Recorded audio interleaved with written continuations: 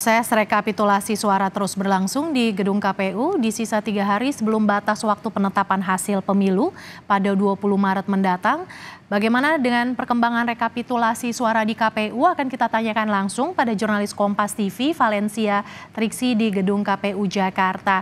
Selamat siang Triksi, di sisa 3 hari sebelum batas waktu penetapan hasil pemilu, daerah mana lagi yang belum menyelesaikan rekapitulasinya dan apa kendalanya Triksi?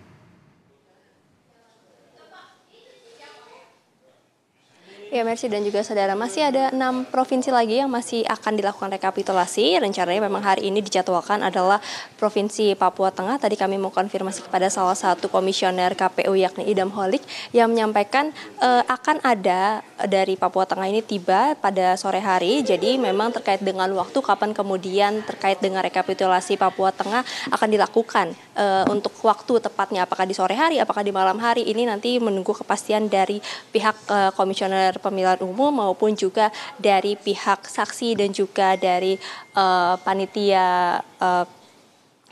panitia pemilu yang datang dari Papua Tengah. Nah, kemudian selain itu juga yang nanti dijadwalkan adalah terkait dengan Provinsi Maluku yang disampaikan ini akan dilakukan esok hari.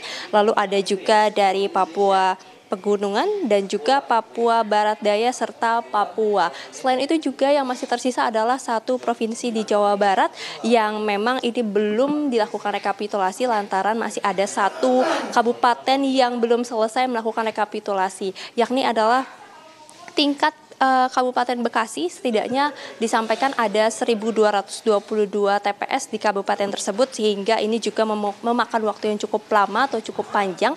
Maka dari itu, dari tenggat waktu yang sudah diberikan untuk rekapitulasi dari tingkat kabupaten ataupun juga kecamatan, di Kabupaten Bekasi ini masih tersisa satu desa yang rencananya akan diselesaikan pada hari ini, Mercy dan juga saudara. Jadi nanti ketika sudah selesai pada hari ini, barulah nanti hasilnya dibawa ke tingkat nasional untuk kemudian dilakukan rekapitulasi secara bersama. Kalau kita lihat di Jabar ada 11 dapil atau kursi dapil.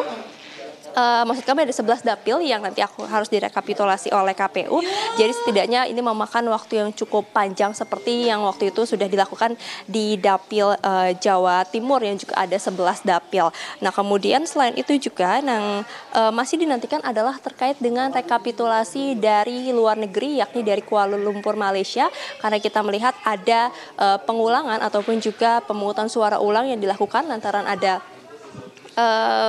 ada kendala dan juga ada kasus yang terjadi lantaran di sana ditargetkan juga dalam waktu dekat ini akan dilakukan rekapitulasi karena disampaikan sudah selesai dilakukan dan juga penghitungan. Maka dari itu tinggal menunggu kapan kemudian dari pihak KPU ini akan membuka melakukan rekapitulasi terhadap dari suara yang ada di Kuala Lumpur, Malaysia. Itu setidaknya Mercy dan juga saudara terkait dengan penghitungan suara ataupun juga rekapitulasi yang harus dilakukan sampai 20 Maret 2024 itu adalah batas waktu yang juga sudah tertera dalam PKPU Pemilu, Undang-Undang Pemilu nomor 5 tahun 2024, sehingga maksimal tanggal 21 Maret KPU atau Komisioner Pemilihan Umum ini harus mengumumkan hasil dari rekapitulasi nasional dalam negeri dan juga dari luar negeri. Jadi itu yang kita nantikan, Mercy dan juga saudara, karena kalau melihat bagaimana penghitungan ataupun juga rekapitulasi ini masih dinamis, masih ada yang berubah-ubah, meskipun dalam Pilpres memang sudah terlihat ada pasangan calon yang cukup unggul dari 32 provinsi yang juga sudah dilakukan penghitungan sampai saat ini. Mercy. Triksi, 30 daerah sudah menyelesaikan rekapitulasinya. Lantas bagaimana dengan hasil sementara untuk Pileg 2024, Triksi?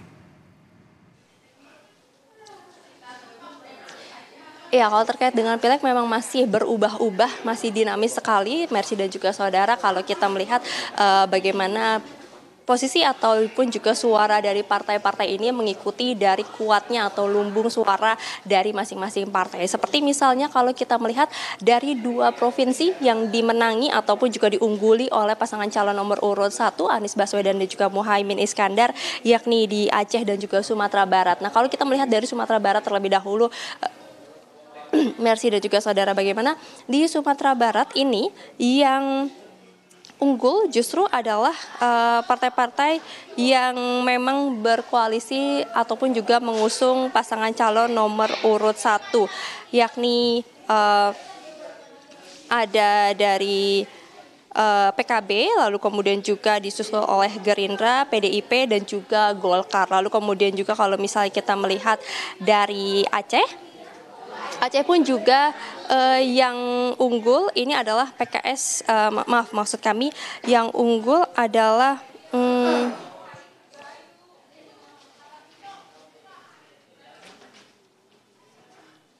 yang unggul adalah partai-partai yang mendukung dari pasangan calon nomor urut 1. Lalu kemudian juga ini ada 2 dapil. Yang pertama di dapil Aceh 1 ini diunggul oleh PKB, lalu kemudian juga di dapil 2 ini juga masih di tingkat partai PKB yang mengambil ataupun juga mengemban suara yang cukup tinggi untuk Pileg Mercy dan juga saudara. Nah, kemudian juga untuk di Sulawesi Tengah, ini juga masih dipimpin oleh suara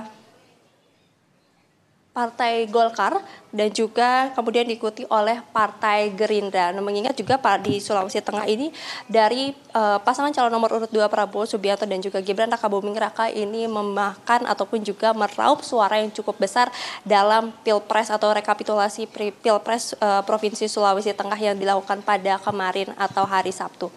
Mercy. Ya, terima kasih jurnalis Kompas TV Valencia Triksi yang melaporkan langsung dari Gedung KPU Jakarta.